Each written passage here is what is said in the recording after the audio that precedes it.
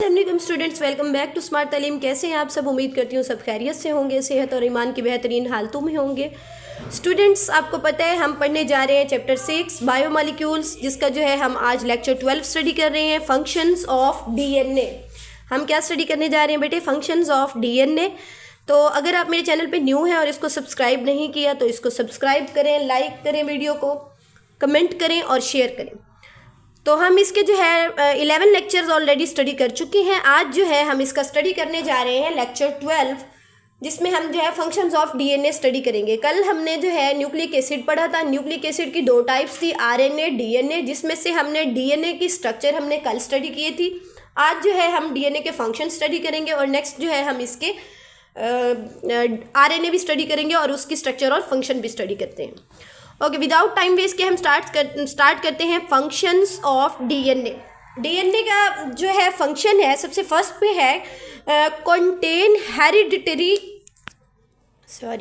Bold करते हैं इसको, contain hereditary information with sequence of nucleotide. यानी कि न्यूक्लियोटाइड का भी एक सीक्वेंस होता है। मैंने जैसे आपको कल बताया था, न्यूक्लियोटाइड जो है नाइट्रोजनस बेस, पेंटोज शुगर, इनके साथ मिलके बना हुआ होता है और साथ में फास्फेट ग्रुप होता है। तो हर न्यूक्लियोटाइड का सीक्वेंस कैसे चेंज हो जाता है? क्योंकि बेटा पेंटोज शुगर और फास्फेट ये तो रहते हैं सेम, तो उनमें जो नाइट्रोजनस बेस है वो चेंज हो जाती है। तो नाइट्रोजनस बेस एडिनिन होगी तो और न्यूक्लियोटाइड होगा, अगर गुआनिन होगी तो और होगा, साइटोसिन होगी तो और होगा, थायमीन होगी तो और होगा। इट मीन के हर न्यूक्लियोटाइड का अपना एक डायरेक्शन है, अपना एक सीक्वेंस है। सब में जो है एडिनिन, गुआनिन, साइटोसिन, थायमीन, इन सब का सीक्वेंस चेंज होता है। तो वो कहते हैं कि इसका पहला काम ये है कि हेरिडिटी, मतलब कहते हैं विरासती इंफॉर्मेशन को क्या करते हैं, सीक्वेंस के साथ न्यूक्लियोटाइड जो है कंटेन करते हैं या उठाते हैं। नेक्स्ट है sequence determine the order of amino acids during protein synthesis. ये सीक्वेंस है न्यूक्लियोटाइड का, इसी की वजह से जो है हम प्रोटीन सिंथेसिस के अंदर इसको यूज़ करते हैं। जैसे मैंने अभी आपको बताया, हर न्यूक्लियोटाइड का अपना सीक्वेंस है। प्रोटीन भी बॉडी के अंदर डिफरेंट है, केराटिन है, मायोसिन है, उसके बाद और बहुत सारी आपकी बॉडी की प्रोटीन है, ग्लोब्यूलिन है, हीमोग्लोबिन है। तो इन सब में क्या है बेटा? प्रोटीन के अंदर वही पेंटोज शुगर है, वही फॉस्फेट है, लेकिन क्या है, नाइट्रोजनस बेसिस डिफरेंट है, जिसकी वजह से इमाइनो एसिड का सीक्वेंस और न्यूक्लियोटाइड का सीक्वेंस क्या हो जाता है? डिफरेंट हो जाता है। तो ये सीक्वेंस क्या करता है? डिटरमिन। इस सीक्वेंस की वजह से हम क्या करते हैं? प्रोटीन सिंथेसिस के अंदर इसको यूज़ करते हैं।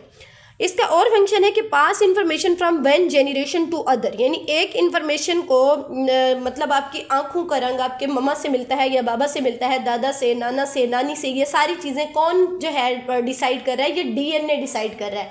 डीएनए के अंदर फर्दर न्यूक्लियोटाइड ये डिसाइड कर रहे हैं और न्यूक्लियोटाइड के अंदर इमाइनो एसिड का सीक्वेंस, न्यूक्लियोटाइड का सीक्वेंस, ये सब डिसाइड करता है कि कौन सी चीज़ पेरेंट से जो है उनके ऑफस्प्रिंग में डिस्ट्रीब्यूट होनी है। क्योंकि आपके अंदर जो डीएनए के स्ट्रैंड होते हैं, one strand from your parent and one strand from your mother side, because they both DNA of egg and sperm mixed up and a new generation is created in which characteristics of both parents are, मतलब कि हम उन both parents के characteristics को क्या कर सकते हैं? उस न्यू जनरेशन के अंदर स्टडी कर सकते हैं, क्योंकि दोनों का डीएनए मिक्सअप होता है और वो जो है न्यू जनरेशन में जाता है और न्यू जनरेशन में फिर जो है दोनों तरफ से क्वालिटीज़ आती हैं। तो pass information from the generation to other, one generation to other. और वो इंफॉर्मेशन किस सूरत में, किस सूरत में ट्रांसफ़र होती है बेटा? वो होती है जीन की सूरत में। जीन अब क्या है?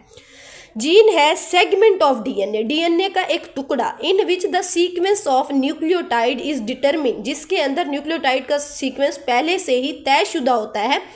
Determine the synthesis of protein called the gene. यानी कि न्यूक्लियोटाइड डीएनए का एक ऐसा टुकड़ा जिसके अंदर जो न्यूक्लियोटाइड का सीक्वेंस होता है वो तय करता है प्रोटीन की सिंथेसिस को, और ये जो है इसको हम नाम देते हैं जीन का। मतलब जीन्स जो है असल में इंफॉर्मेशन को कैरी करते हैं और एक नस्ल से दूसरी नस्ल के अंदर ट्रांसफ़र करते हैं। सिबलिंग्स जो है एक दूसरे के साथ मिलते जुलते हैं, लेकिन फिर भी सारे एक जैसे नहीं होते, क्योंकि सारा डीएनए जो है आपके अंदर ट्रांसफ़र नहीं होता। हाफ होता है पेरेंट मदर पेरेंट से, हाफ होता है आपका जो है फादर पेरेंट साइड से। उसके बावजूद वो आपने जैसे कि सेल साइकिल के अंदर पढ़ा था रिकॉम्बिनेशन का प्रोसेस होता है। होमोलोगस क्रोमोसोम आपस में एक दूसरे के साथ क्या करते हैं। अगर आपने मेरा ये चैनल सब्सक्राइब नहीं किया तो इसको सब्सक्राइब करें और ये वीडियो आप वहाँ जाके देख सकते हैं।